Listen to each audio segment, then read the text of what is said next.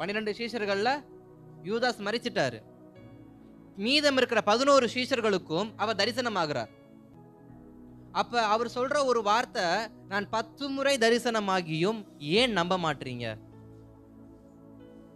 நான் மரித்ததை நம்பின நீங்க, நான் பாடுபட்டதை நம்பின நீங்க, நான் ரத்தம் சிந்தினதை நம்பின நீங்க, உங்களுடைய பாவங்கள் அத்தனையும் என் ரத்தம் கழுவியது என்று நம்பின நீங்கள், நான் உயிர்த்தெழுதலை மாத்திரம் ஏன் நம்ப முடியல அப்படின்னு நம்பாம போன சீஷர்களை பார்த்து அவர் கடிந்து கொள்கிறாரு.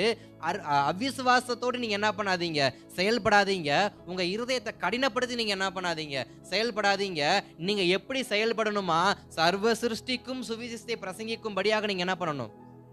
அப்ப நான் ரட்சிக்கப்பட்ட நமக்கு கர்த்தர் கொடுக்கிற ஒரு பிரதானமான ஒரு ஊழியம், ஒரு வேலை, ஒரு நோக்கம், ஒரு சித்தம், இப்படி எதை நீங்கள் நினைத்து கொண்டாலும் அவர் சொல்லுவது சீஷர்களை மாறி சகல சிருஷ்டிக்கும், சகல சிருஷ்டிக்கும், உலகத்தில் இருக்கக்கூடியதான சகல சிருஷ்டிக்கும் சுவிசேஷத்தை பிரசங்கித்து பிதா குமாரன் பரிசுத்த ஆவி நாமத்தினால் நீங்கள் அவர்களுக்கு ஞான ஸ்நானம் என்ன பண்ணணும், கொடுக்கணும்.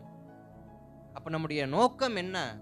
உயிர்த்தெழுதலை கொண்டாடுவது அல்ல, உயிர்த்தெழுதல் சத்தியத்தை வெளியரங்கமாய் கொண்டு போவது. உயிர்த்தெழுதலை கொண்டாடுவது நம்முடைய நோக்கம் அல்ல, உயிர்த்தெழுதலின் சத்தியத்தை வெளியரங்கமாய் கொண்டு போகும்.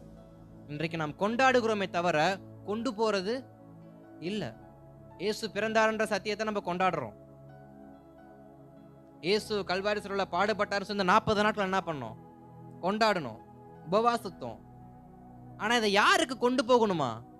சர்வ சிருஷ்டிக்கும். யாருக்கு கடத்தி கொண்டு போகணும்? சர்வ சிருஷ்டிகருக்கும். இயேசுவால் படைக்கப்பட்டதான ஒவ்வொரு மனுஷனுக்கும் இந்த சத்தியத்தை நம்ம கடத்த வேண்டும். அப்ப நமக்கு கொடுக்கப்பட்ட ஒரு நோக்கம் என்ன? நீ தேவனுடைய உயிர்த்தெழுதலை சகல சிருஷ்டிக்கும் சுவிசேஷமாய் பிரசங்கித்து பிதா குமாரன் பரிசுத்த ஆவி நாமத்தினால் அவர்களுக்கு ஞான ஸ்நானம் கொடுக்கணும்.